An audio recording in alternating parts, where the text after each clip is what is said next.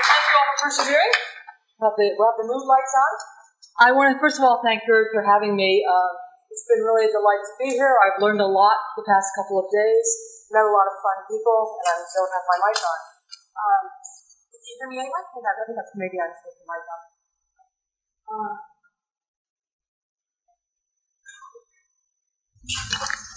I'm mic'd? Anyway, it's really a pleasure to be here and to learn from a lot of interesting people. I've been enjoying the debate about economics because I'll just say one autobiographical thing.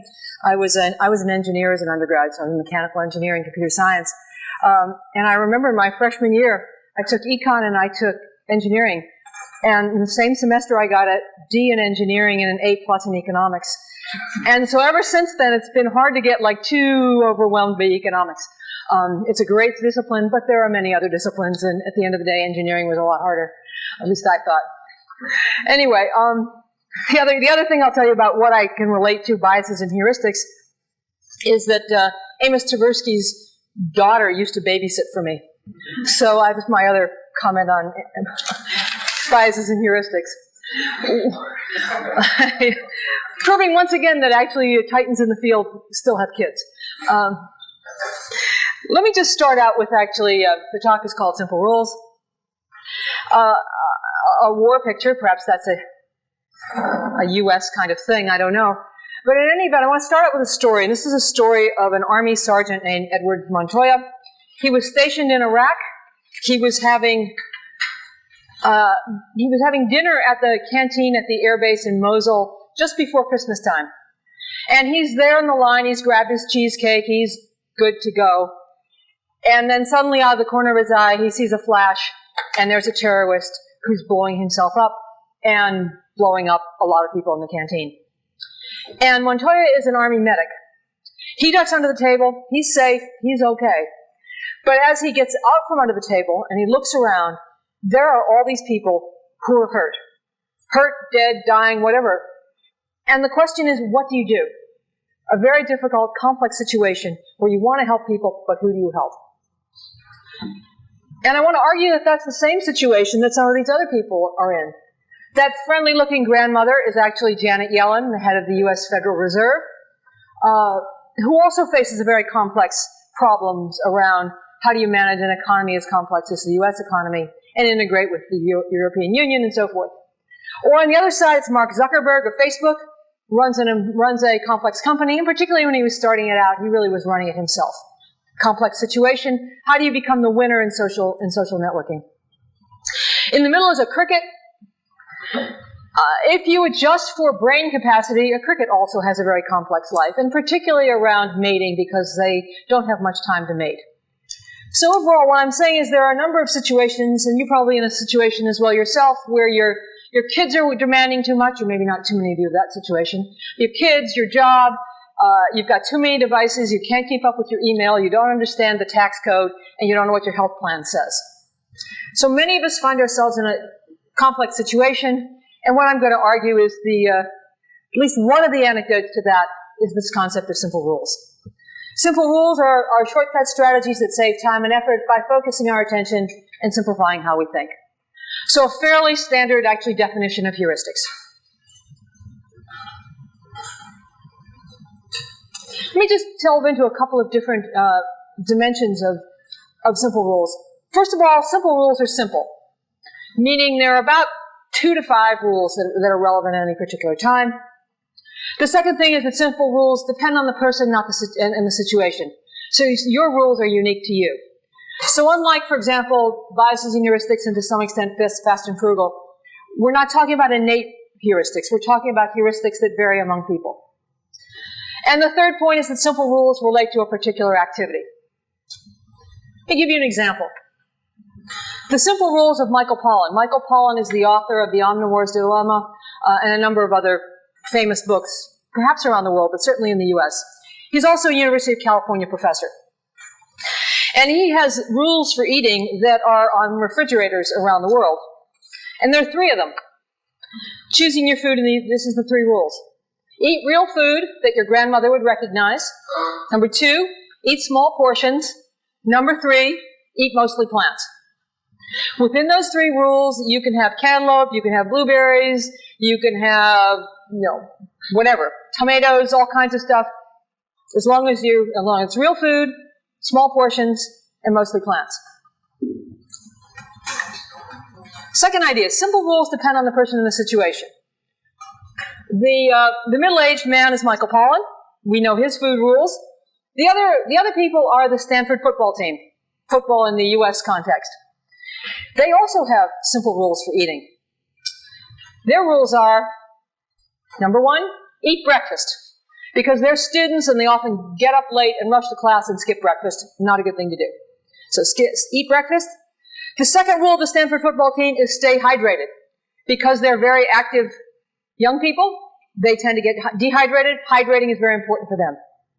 Their third rule, eat anything as much as you want, as long as you can pick it, pluck it, or kill it. So if you think about it, how's that like Michael Pollan? It's sort of like Michael Pollan, and it's natural food as opposed to processed food. But the Stanford football team is not there with portion control. They're eating as much as they want. And that plant thing, they're eating a lot of meat because they're people who are building muscle and so on. So it's sort of alike, but this is really unique to the Stanford football team.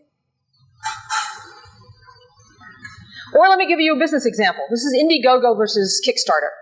Indiegogo and Kickstarter are in the crowdfunding business. Many of you probably know them. Maybe you've even funded something there. You take the process of picking projects that can be on one of the 2 sites. Indiegogo has one pretty simple rule. Anything goes as long as it's legal. You can fund your root canal, you can fund your Europe trip, you can fund your startup, you can fund whatever you want, or you can try to fund whatever you want on Indiegogo, as long as it's not illegal. Contrast that with Kickstarter. Kickstarter has 13 categories, particularly as they were starting out, has 13 categories that your project has to fit into. There are real people who monitor those categories and ensure that, in fact, your project fits. And about 25% of the projects that were sent to Kickstarter are actually rejected as inappropriate for Kickstarter. So you've got Indiegogo funding the Jamaican bobsled team, and you've got Kickstarter funding something that's in the 13 categories. These rules reflect the underlying philosophy, interestingly, of a couple of the founders. For example, the Indiegogo rules are... the Indiegogo founders are from the University of California, Berkeley, as we popularly call it, the People's Republic of Berkeley. And their notion of what the Internet is about is the Internet is for everybody. The Internet has the possibility to be everybody's rich uncle, and everybody deserves a rich uncle, and everybody deserves a chance to hit it on the Internet. So very much an egalitarian point of view. The Kickstarter founders, on the other hand, come out of the art world, where curation is part of the story. And one of the reasons why Kickstarter starts is because the founders think that public arts are inappropriately funded. And so we're going to have a crowdfunding source for public art. So point is, 2 different value systems, yet 2 different rules, same industry, and both relatively successful firms. Finally, simple rules relate to a well-defined activity. Simple rules are not about curing world poverty. They're not about something like a platitude, like being nice to your mother. They're about particular activities, like picking crowdfunding projects or picking what you're going to have for lunch. So specific processes that you're engaging in.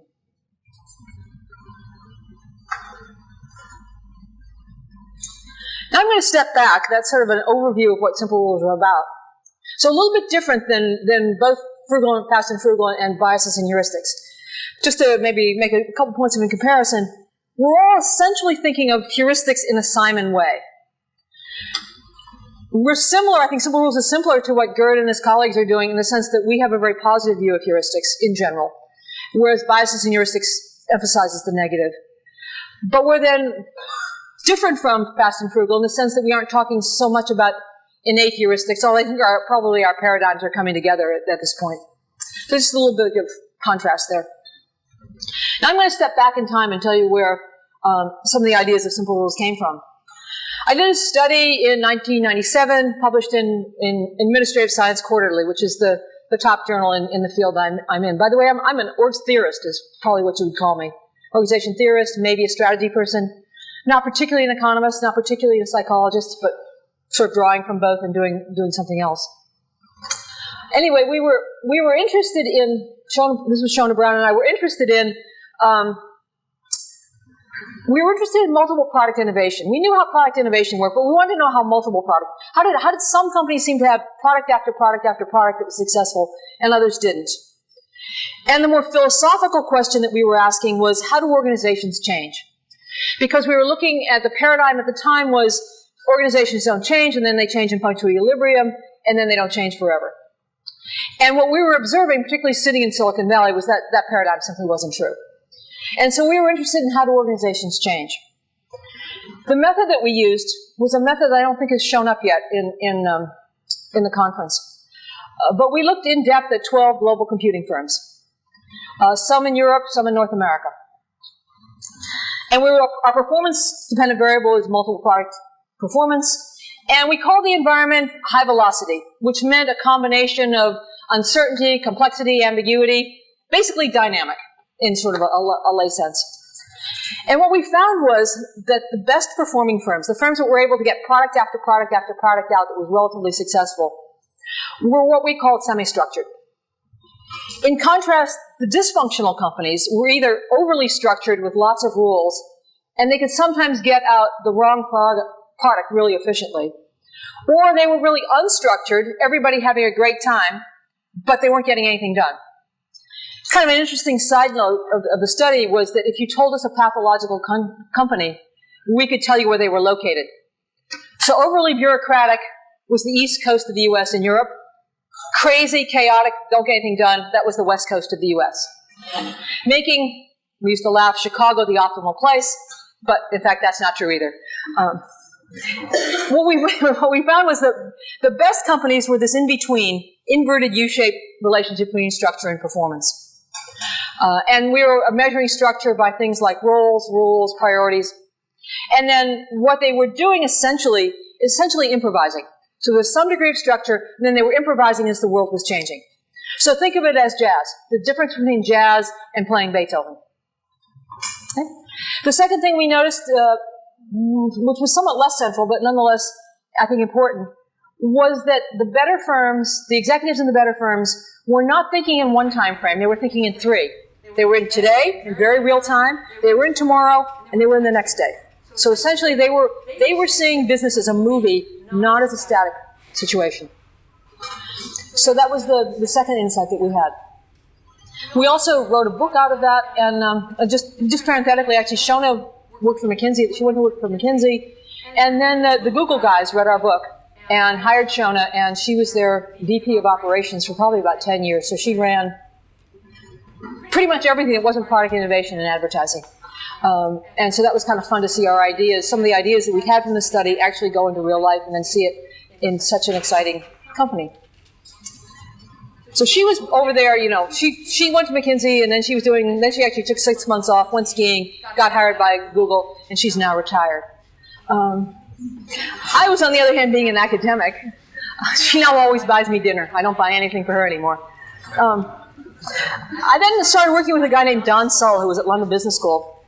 And we started looking at internet boom companies. And I used the word study because it was pretty not really a study. It was more, because the book had done so well and I was now doing Davos things, I was getting a lot of consulting gigs and I was seeing a lot of stuff. And Don was too. And so we knew a lot about what companies were doing. And so what we did was we wrote an article in HBR's Harvard Business Review. And it was a pretty theoretical article for Harvard Business Review, but we sort of, at that point in my career, I was kind of into, I don't want to talk to the three academics who do what I do. I want to talk to a bigger audience. And so we published there. And what we did was we were interested, we now changed the dependent variable to something more about why do some firms grow and some don't. We're still in this kind of high velocity environment that we weren't defining too well. And what we did is we broadened the strategic processes beyond innovation, and we narrowed the scope of the structure to rules. And we came up with this idea that in dynamic markets, a company's strategy is its key processes and its simple rules in those processes. So, to go back to the Stanford football team, which used to be horrible and is now actually fantastic, one of the key turnarounds of the Stanford football team was the emphasis on health and nutrition. So, in fact, those eating rules are sort of a joke, but they're actually pretty real, too. But we also decided that we thought there were 5 types of rules in the world at that point. So we narrowed the structure, but now we said, well, we know there's really 5 kinds of rules. And those were the 5 kinds we thought there were. Boundary, priority, how-to, timing, and stop it. Let me give you an example. I'm not going to tell you about all the rules, but let me just tell you about a couple. Let's take boundary rules. Boundary rules are situations that are a lot like the canonical problems of both biases and heuristics and fast and frugal. Picking something. So deciding yes or no, picking an alternative. I'll give you an example of the boundary rule. Gerd mentioned this the other day. Our particular burglars had their boundary rule. How do you decide what house to burgle when there's thousands of houses you could pick? How many newspapers? You can use one. What? How many newspapers is away? The particular burglars that we found in the study we saw was if there's a car parked outside, don't pick that one. Okay, so that's a boundary rule. Another boundary rule, the Weinstein Company. The Weinstein Company is a Hollywood movie studio. That in the background is a picture of the Imitation Game movie that they did in 2014. The story of Alan Turing. They also did The Artist, Chocolat, back in the day, Pulp Fiction. A bunch of different movies. They're one of the most successful Hollywood movie studios. The question is, how does the Weinstein Company, how the executives at Weinstein Company pick which movies they're going to do from the thousands of movie scripts they see? You've got this flow of movie scripts, which ones do you pick? Well, it turns out they've got a couple of heuristics.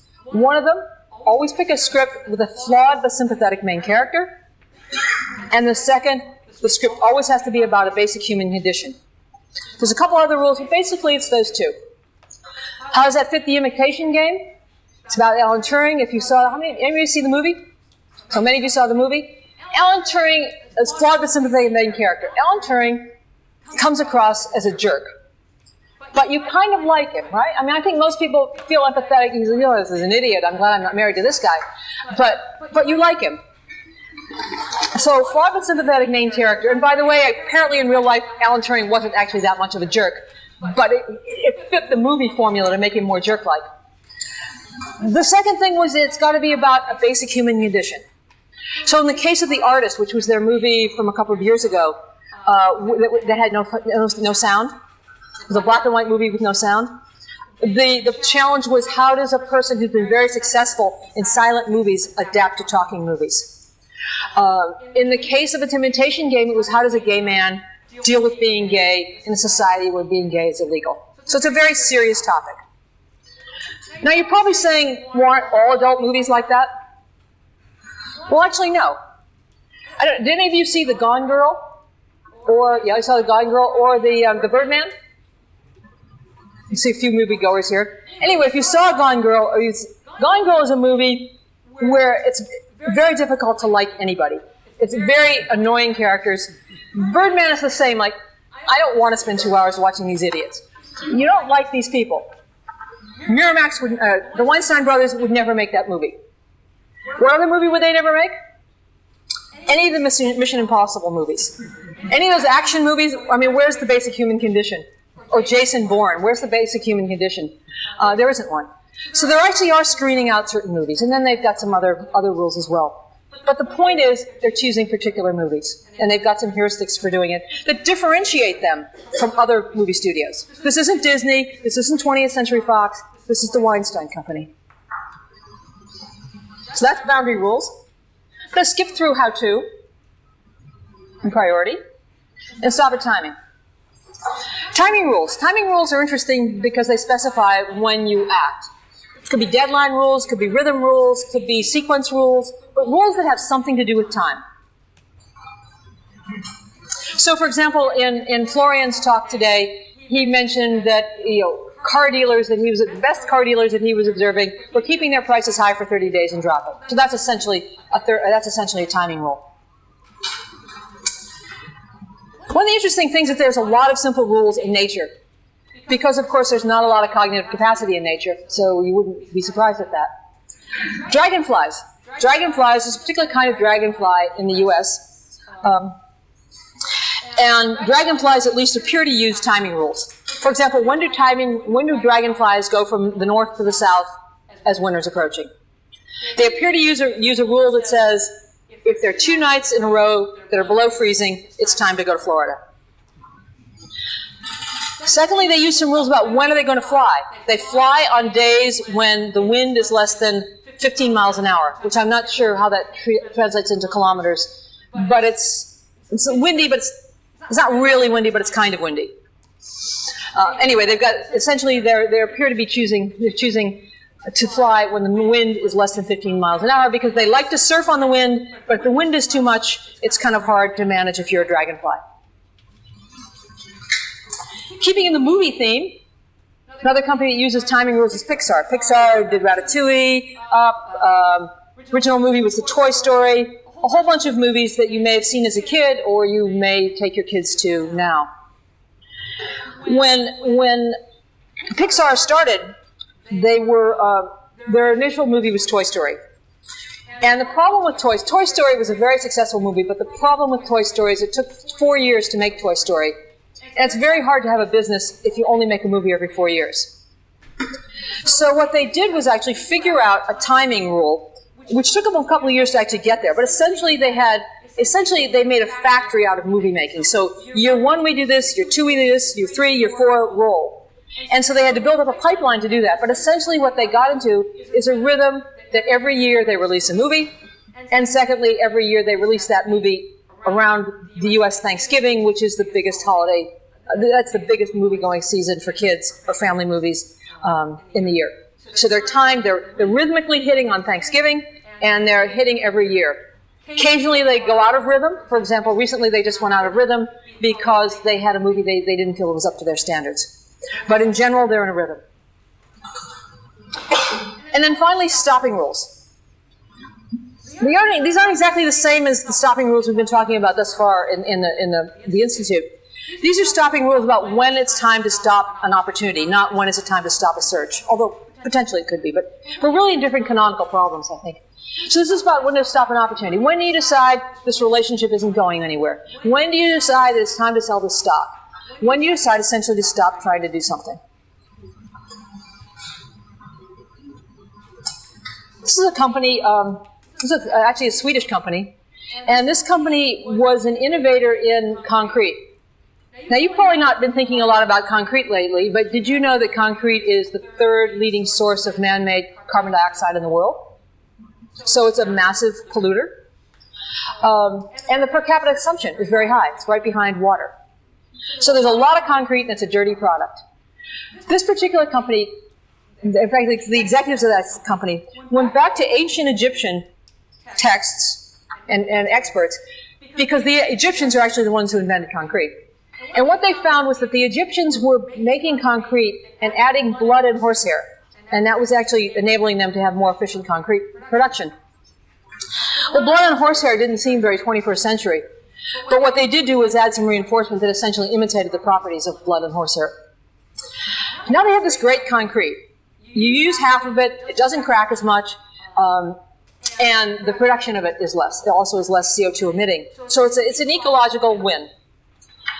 So they figure out, well, they want to blast this out fast. And so how are they going to do that? Well, they went to a conference in Las Vegas of concrete people. Which I don't know what that's like, but anyway, all these people who like concrete, and they're in Las Vegas, and they have a lot of interest. And the question is, who can they partner with? So the key process is, how do we pick partners? And they have to come up with some simple rules. And they come up with some simple rules around who to pick. And one of the rules they came up with, which turns out to work pretty well, is we partner with people who also have laser scree machines. Now, we don't know, right? Who in this room knows a laser scree machine? Nobody, right? No, I don't either. But the point is that people who have laser screed machines tend to be larger partners, larger companies, and they tend to be highly innovative companies because you wouldn't have it for whatever reason you wouldn't have this piece of equipment. So they're coming up with this heuristic about laser screed. They also have a heuristic about no duplicate geographies. They also have a rule that's a timing rule that's around new partner every 3 months because that's about how fast they think they can integrate a partner. And then because we're on stopping rules, they have a stopping rule which is if that new partner is not doing anything with our concrete within 3 months, we're done with them, we're moving on. So they have a way to cut off a relationship. So that's their stopping rule. In addition, that's also showing you the several other rules. Final stopping rule, this is a picture of a mountain. It's supposed to be Mount Everest. This is the story that was chronicled in the book Into Thin Air. In 1996 was the biggest disaster on Mount Everest climbing when Scott Fisher took a party of amateurs up to the top, and 8 of them died, including Scott Fisher, the leader. And why this is up in this particular part of the talk is because Scott Fisher violated his own stopping rule. His stopping rule was, if we're not at the top by 2 o'clock, we head down. And what did he do that day? That day he let people get up there, and it was 4 o'clock in the afternoon, which would be 1600? So 2 hours later, avalanche, 6 people died, violating his stopping rule. So that's a bit of a look at what some of the rules are like. Again, they're not, key point here is that they are unique to you. There are types of rules that you all share, but the rule that you have is unique to you. So that's just a summary of the kinds of rules. Now I'm going to go back to research. So if we're going on in the chronological story, we've done this Harvard Business Review article. All is good. But the problem is that in academics, you can only play out some ideas for a while, and then I had to go back and do research and come up with some new things. So I went back to research and started doing stuff. And this was an article with Jason Davis, myself, and Chris Bingham. Jason and Chris were both doctoral students of mine. And it's called Optimal Strategy, Market Dynamism, and the Strategy of Simple Rules. And what we were interested in was exploring some of the environmental conditions under which the optimality of structure might shift. So to use the language of the conference, we were probably exploring ecological rationality. And what we were, first of all, playing off was if you can look over there, over on the board, if you see number 1, maybe somebody's sitting near number 1 could point out where number 1 is. Yeah, top left. Yeah. Okay, in fact, you want to be my demonstration? Yeah, there we go. What that's showing is 2 basic empirical findings that have been shown in organization theory, strategies, social networks, complexity theory. Proposition 1 is that there's an inverted U-shaped relationship between structure and performance. Too much structure and you're stuck, too little structure, you're too chaotic to get anything done. What Shona and I had found in the case studies, what lots of other people have found. Proposition 2 is that the amount of optimal structure decreases with increasing market dynamism. So the curve shifts left. Okay, so that's what the literature says. If you look in group dynamics, you can find it. You can find it in lots of places in social sciences. I don't know if you can find it in economics. I don't know if they do inverted U's in structure and performance. It's maybe a little too dynamic. But I don't know. In any event, it's in a lot of other social sciences.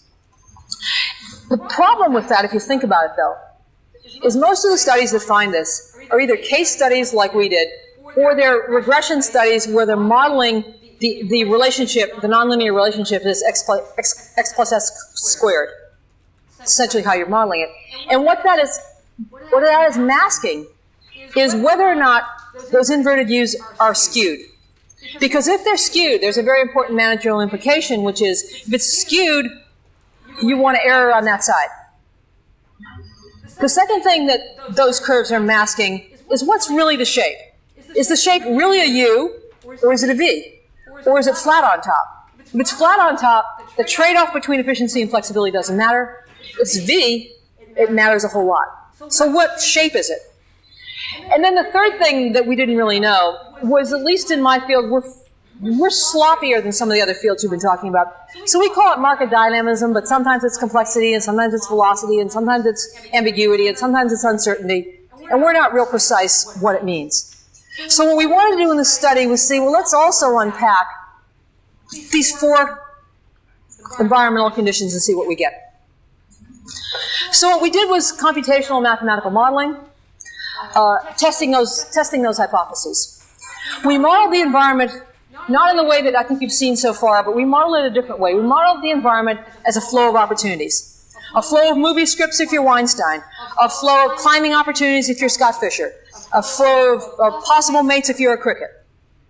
So it's a flow of opportunities. And the opportunities are heterogeneous. So they have various features. They have different payoffs. Some mates are going to be better than others. And they have a timing in the sense they don't last forever. You meet Mr. Right, but he's gone if you don't do something. Okay, so they've got features, they've got payoffs, they've got timing. And the environment has these 4 dimensions.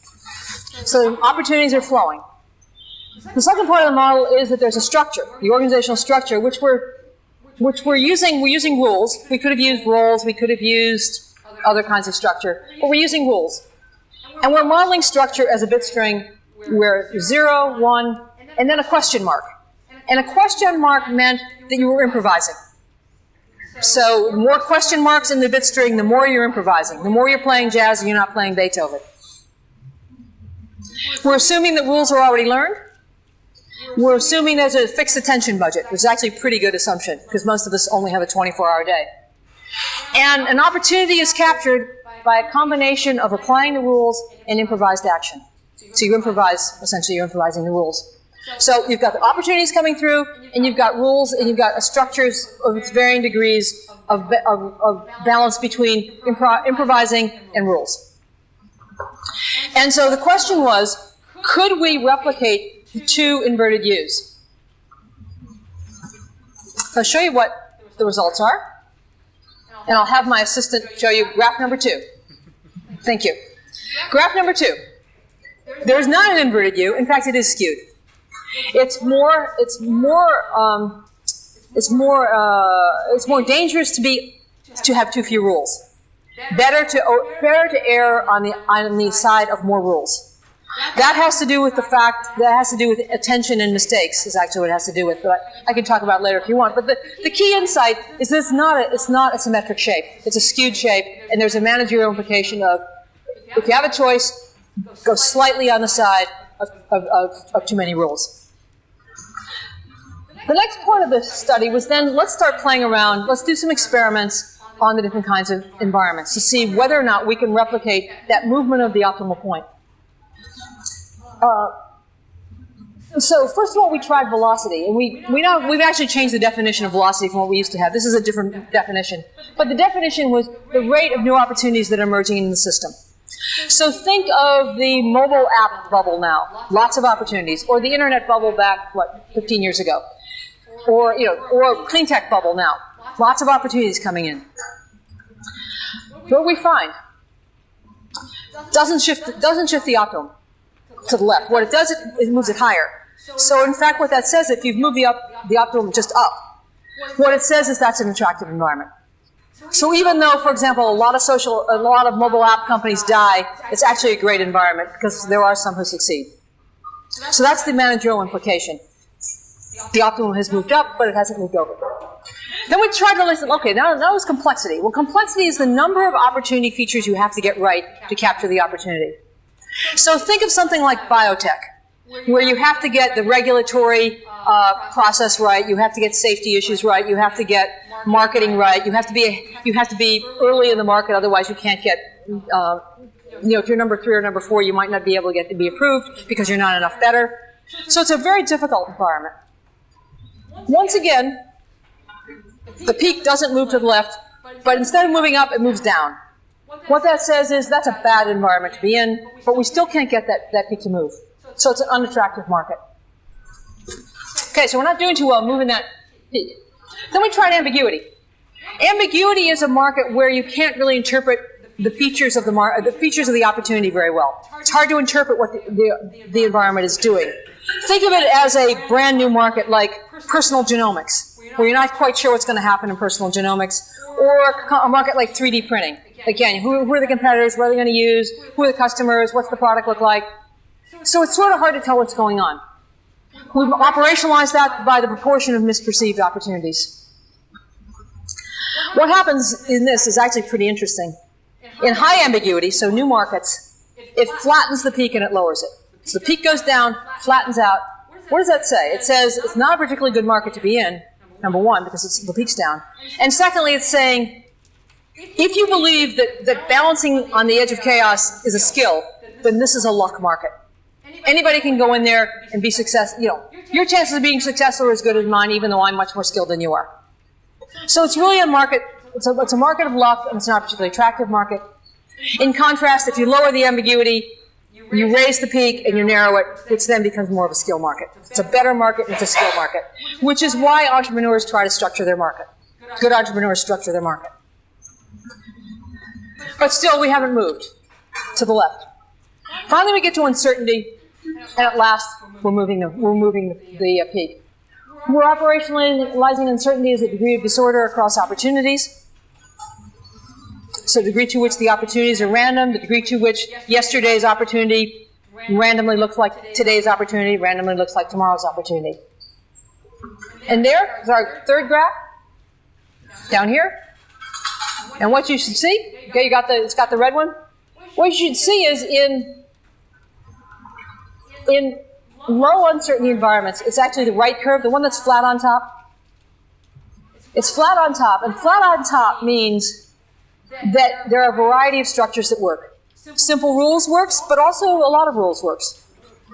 So you might use simple rules if your thing is innovation, like the Indiegogo guys. You might use more structure if you were a little bit more controlling, like, let's say, Kickstarter, or even something beyond that. Although those are actually the wrong markets. But in any event, what it's saying is there are a number of optimal strategies, and if you know anything about positioning strategy and Porter, that sort of thing, this is essentially a positioning story.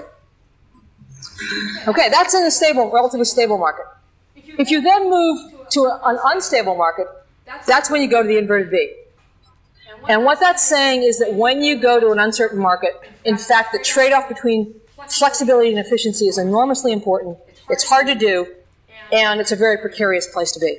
But you really, in stable markets, you don't have to really manage flexibility versus efficiency. In unstable markets, you have to manage that trade-off. And that has some interesting implications for managers. In entrepreneurial firms, what that's saying is, to an entrepreneur, let's say, if you're giving advice, we say, add structure right away. Get up there on the curve, and then try and balance. For established company, you're typically over there with too much structure. So if you're going into into an uncertain market, drop the structure, and then the part that managers often don't get is they have to start managing the trade-off. So they usually get, I need less structure. What they don't get is the idea that you've got to manage the amount of structure that you have, and that you're in a world that is unfolding that you're not predicting. So to go back to a musical analogy, if it's improv jazz, and let's say the group of us, we're all great musicians, we all sit down to play, what are we going to play in a half an hour? We don't know. If we're playing Beethoven, we know exactly where we'll be. With jazz, we don't know where we're going. And so for executives in established companies, it's very hard for them to get used to the fact you have to manage the amount of structure, and it's very hard for them to get used to the fact that you can't control your world anymore. It's about having good people and letting it flow. Okay, so that was this paper, which it was a really fun paper to do. Then we have the computational model. We also have a mathematical model in it as well, and it was fun to do. It just won an award. It's the most influential paper published 5 years ago in Administrative Science Quarterly. So we're going to be celebrating in August. And Jason Davis is up for tenure right now, so it's coming at a good time. So key insights: number of rules matter.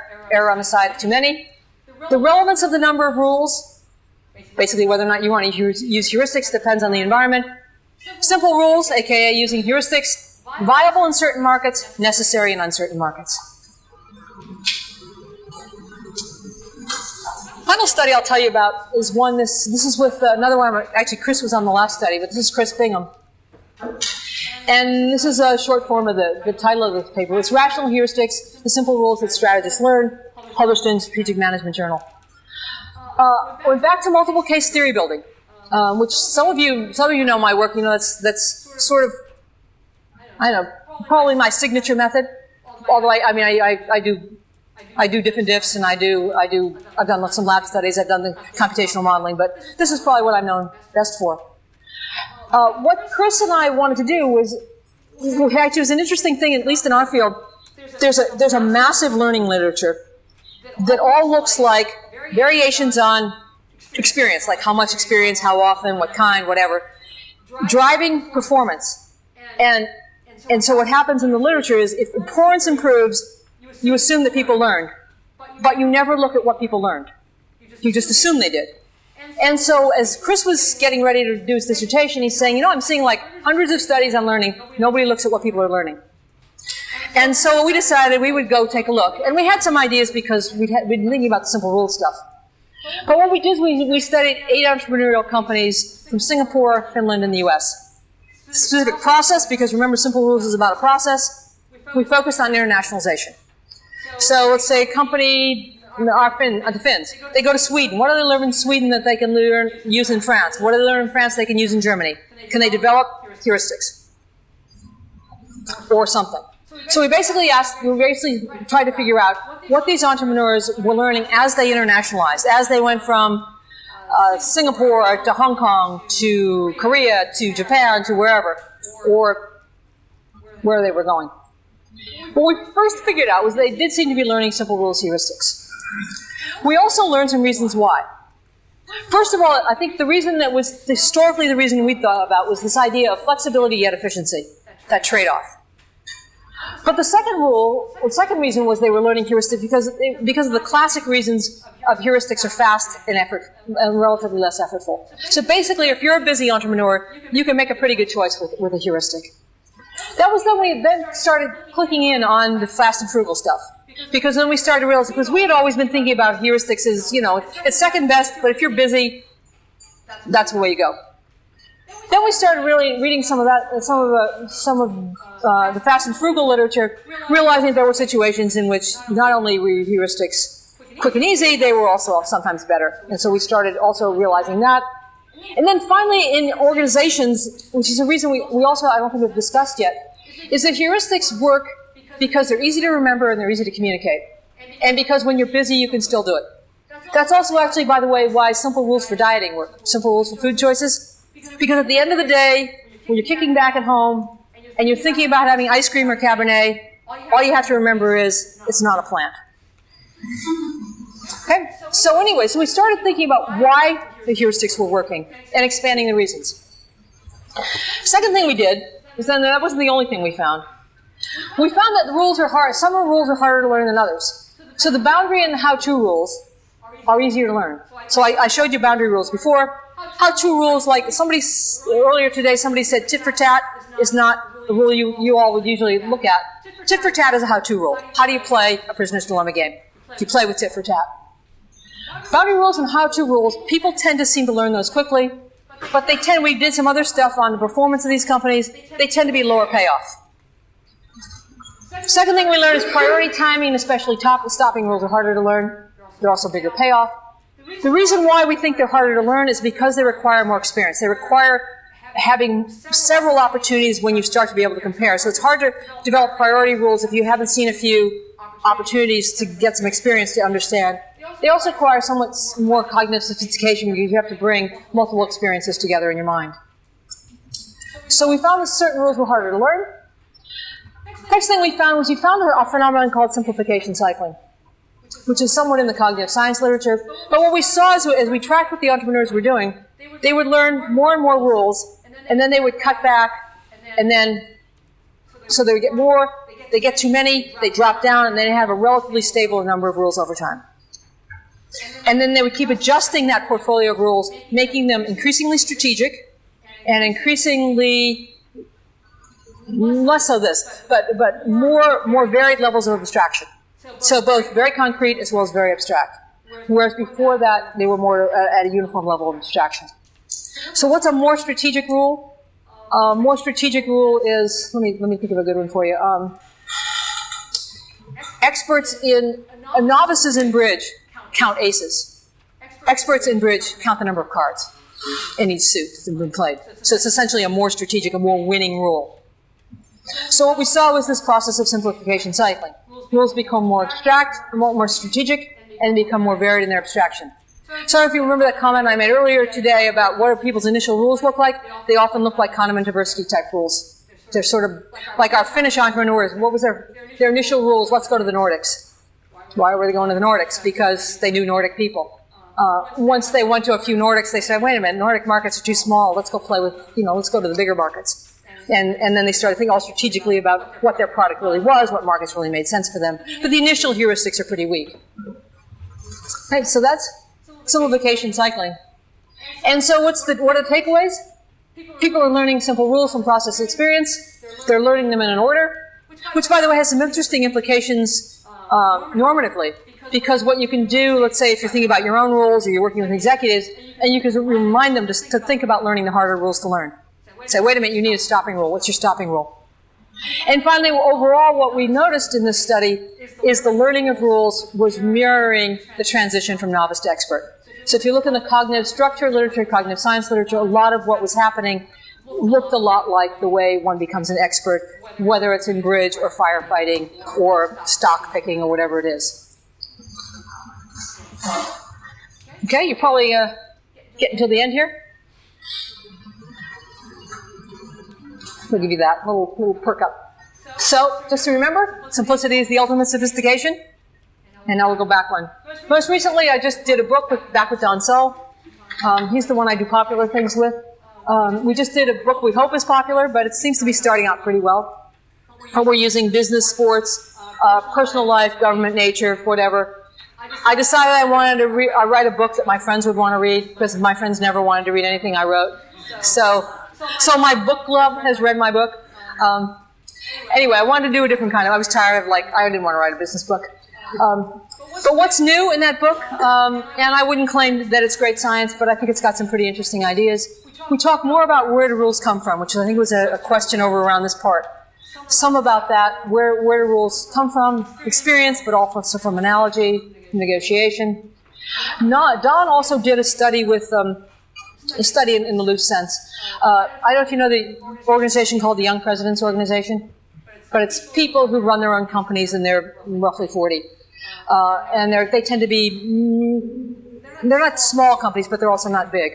Anyway, he did about 100 interventions with these companies trying to look at how people might implement simple rules. So, for example, one of the slides I flipped over was it was a Frontier Dental, which was an innovator in cosmetic dentistry, and they basically improved their sales by using simple rules for something like 50% increase in sales in 18 months. So basically, Don was getting some pretty dramatic improvements when he was working with executive teams to implement simple rules. So we do a bit about where rules come from, and then we do some things about how do you improve rules and when is it time to break a rule and actually go to totally different rules. So I'll go back to Leonardo and end on that point. But the idea is in simple rules that when the rule is complex, moving fast, sometimes the best way to approach it is through simplicity and a few heuristics and a few simple rules about the most important things you're trying to accomplish. So that's the story.